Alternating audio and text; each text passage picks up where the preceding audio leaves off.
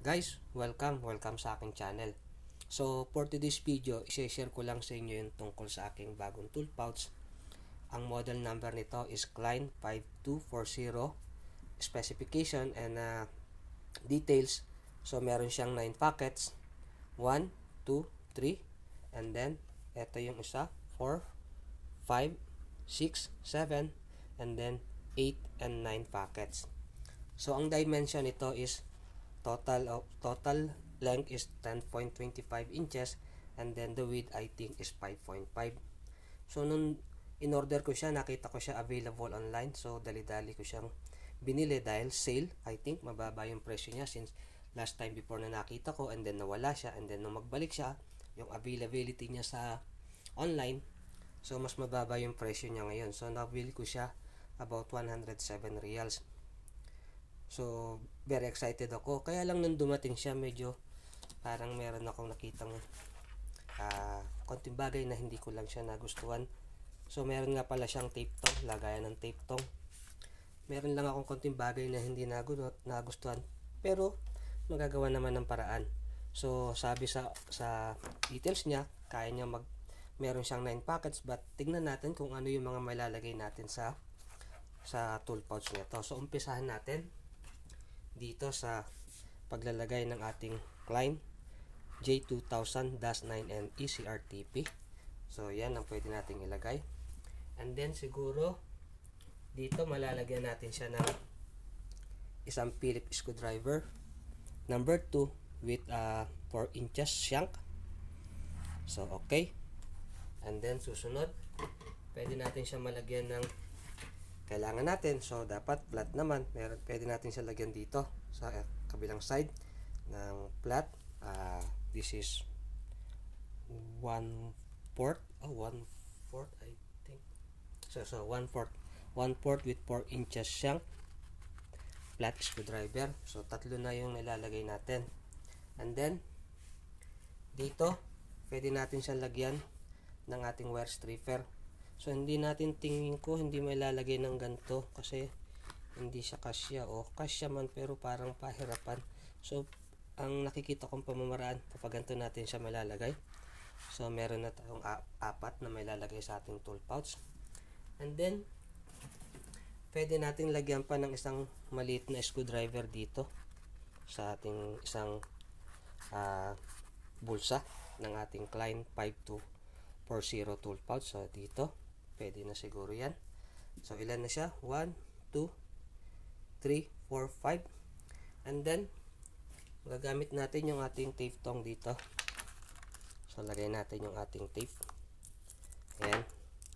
So dito natin lalagay. So yan, meron na. So 5 na yung nalalagay nating tools. And then in case of emergency, kailangan natin ng mga lapis sa ating trabaho. So dito natin siya ilalagay, lapis or pen. So dito. So ganyan ang setup niya. So I think sa iba parang hindi na siya kayang lagyan. So ito lang yung magiging setup ng ating Klein 5240. So okay na rin naman, and then pwede pa natin siyang ihabol. Lagyan natin ng ating demagnetizer and magnetizer ng ating mga screwdriver. So pwede natin ilagay dito sa tape tong natin, mga kalinya. Sandali medyo mahirap ilagay yan. So in case na kailangan natin i-magnetize or demagnetize ang ating mga screwdriver, so meron tayong paglalagyan. So yan lang yung nakikita ko, kasi sa website or sa internet, nakita ko siya parang sa mga picture na nasa kanya, medyo marami siyang kayang ilagay. Pero but on actual, I think parang ganyan lang siya. Pero okay na rin naman sa akin. Signature naman siya, Klein naman siya. So although wala namang perfectong mga bagay, although may mga pagkukulang, pero tsatsagain na natin kasi Klein yan Kailangan nating tiisin dahil Klein yan, maganda yan kaysa naman sa hindi natin magamit after nating mabili. So gawa nga pala ito ng 1618 ATD ballistic weave. So kung makikita nyo, yan ang pagkaka-setup ng ating Klein. So pwede siya malagyan ng belt hanggang 51 millimeter. So dito siya, oh. Yan, malapad naman. So meron akong belt na galing sa isa kong tool pouch. So yun ang gagamitin ko para dito sa akin tool pouch na Klein. So check nyo rin yung mga ibang tool pouch na ni-review ko. So okay naman siya kung titignan nyo. Yan, no? Ganyan siya sa sideways kung gagamitin natin mga kalinya. So kung yan yung baywang mo, so nakaganyan siya. So okay na rin. Pwede na rin. Magagamit din naman ito kahit papaano. So ang comments ko lang talaga, medyo maliit siya. Hindi ko siya ina-expect na ganyang kaliit. So yung palang 10.25 yung total length na pala ng tool pouch nito. So mga guys, anong masasabi nyo sa tool pouch na to? So sana po nakatulong sa inyo o nagkaroon kayo ng idea. Baka may mga plano, may mga iba sa inyo dyan na may planong bumili ng gantong tool pouch. So ito yung magiging setup. So kung may magagawa pa kayong ibang setup para magkasya naman yung iba, so nasa inyo na yun. Pero para sa akin, yan lang muna yung aking magiging setup sa tool pouch na yan. So guys, salamat sa inyong panonood. Salamat sa suporta.